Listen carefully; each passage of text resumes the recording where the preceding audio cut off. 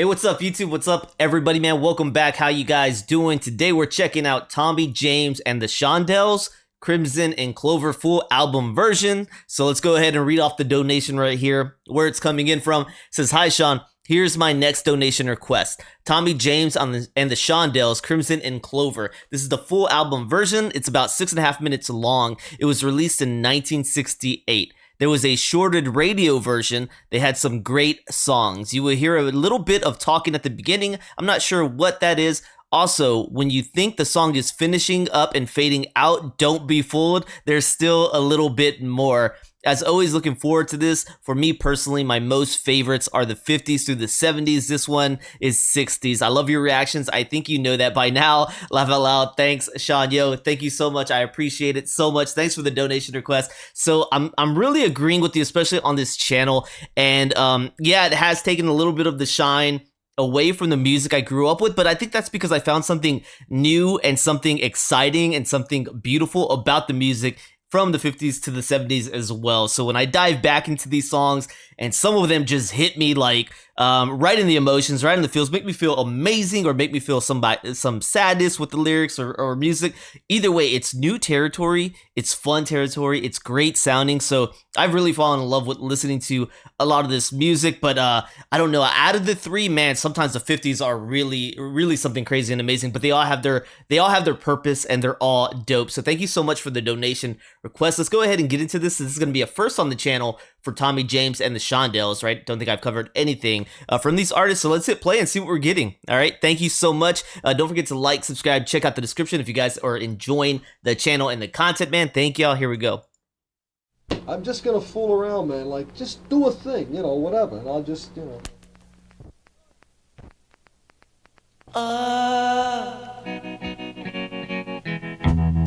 Now I don't hardly know her, but I think I could love her. Crimson and Clover.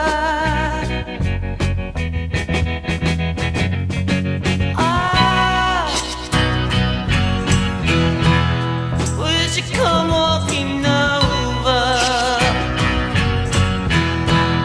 Now I've been waiting to show her.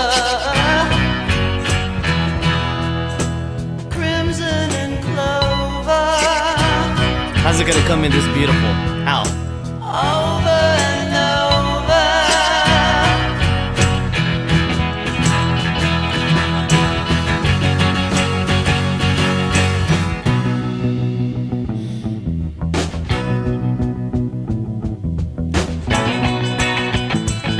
Switch up.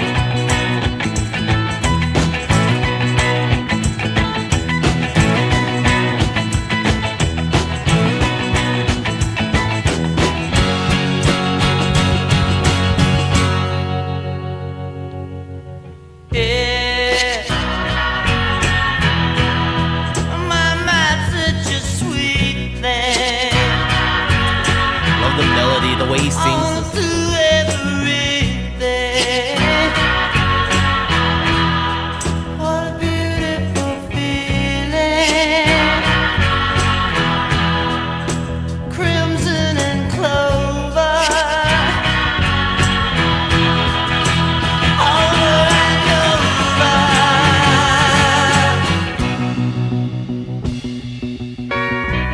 What a sound.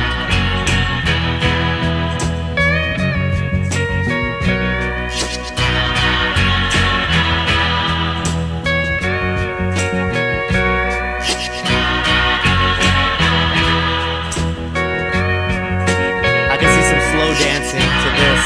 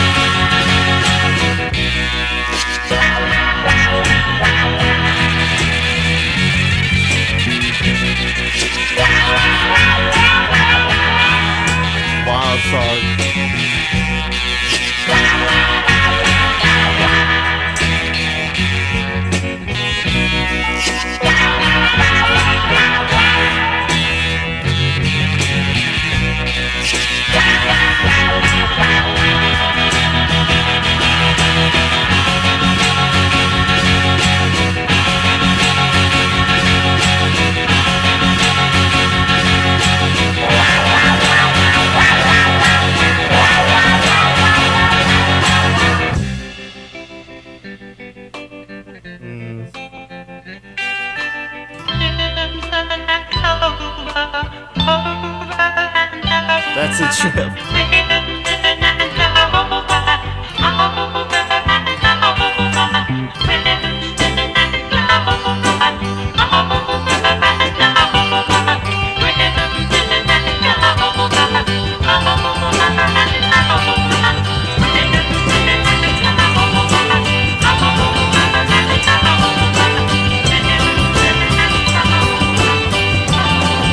The guitars and the bass are just...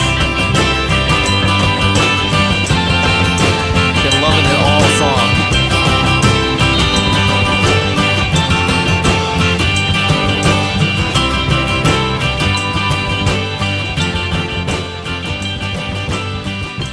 Is this the trick part? I'm not even gonna look.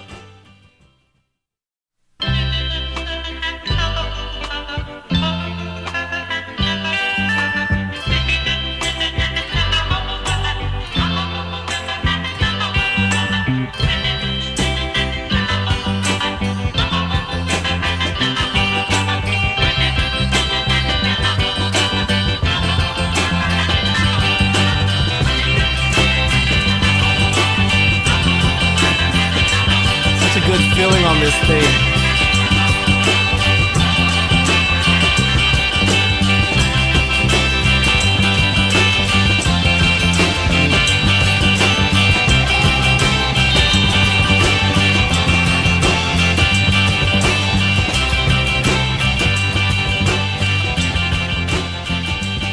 Oh man, you can just drift away in your room to this song, man.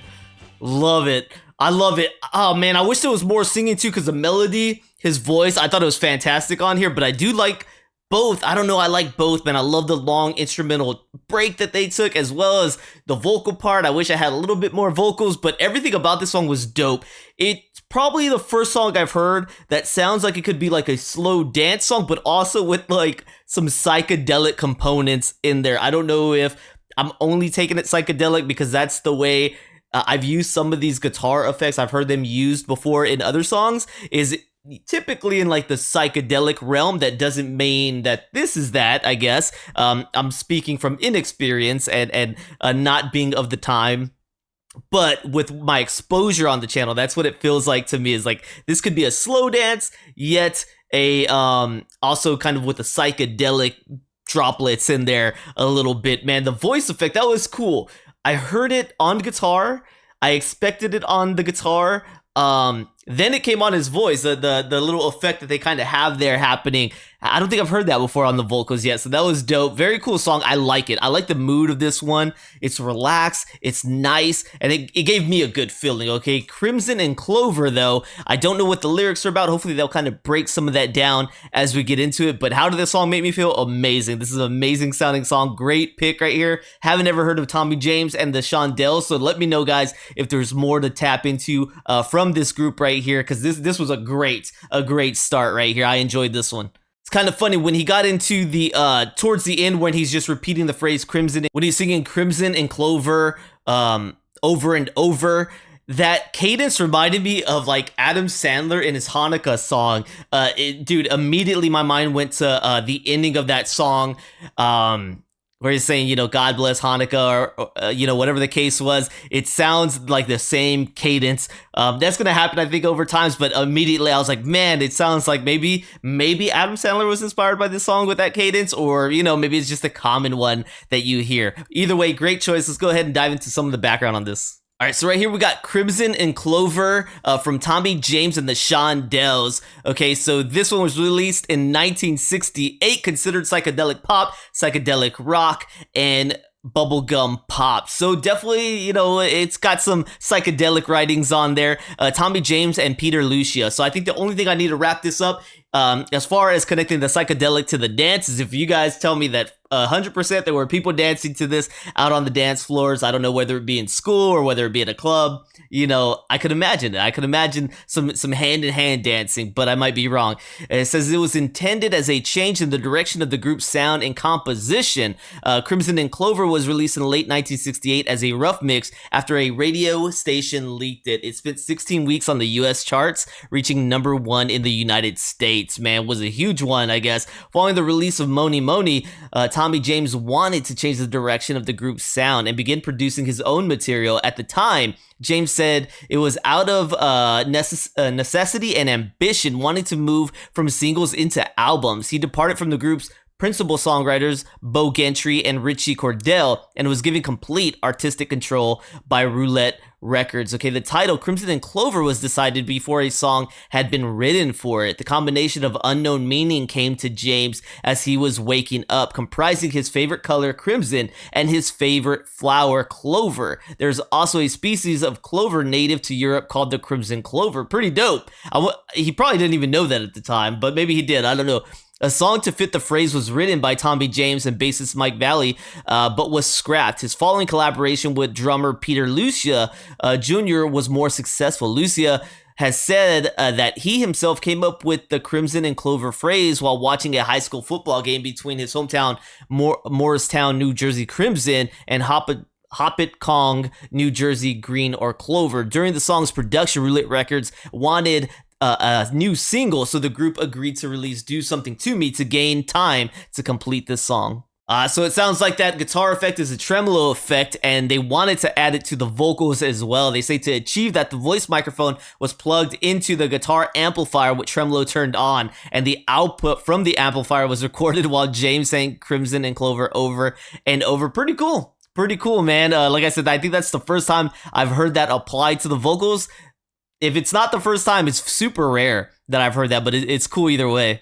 A little bit about Tommy James and the Shondells right here. You know, they started in Niles, Michigan, U.S. Started in 1964. They're still going to present day today. They still got Tommy James right there with them. I was trying to see if they had Lucia. He's no longer with them. Neither is Mike Valley, who were two of the names that they mentioned there. It sounds like they've got some other top 10 hits. They got I Think We're Alone Now, Mirage, Money Money, Sweet Cherry Wine, and Crystal Blue Persuasion, it sounds like. So that's about what we get from this group. So right here, he just talks about a girl on the lyrics that he hardly knows, but he thinks he could love her. She comes walking over. He's been waiting to show her. Yeah, my such a sweet thing. I want to do everything. What a beautiful feeling. But it doesn't explain the Crimson and Clover. Like they said, the title was picked up before the lyrics, so I'm not sure they were able to really build a meaning for that. But maybe some of you guys developed a meaning in your own heads as you heard this over time or not. If you've got an idea of what it meant to you, Crimson and Clover, let me know.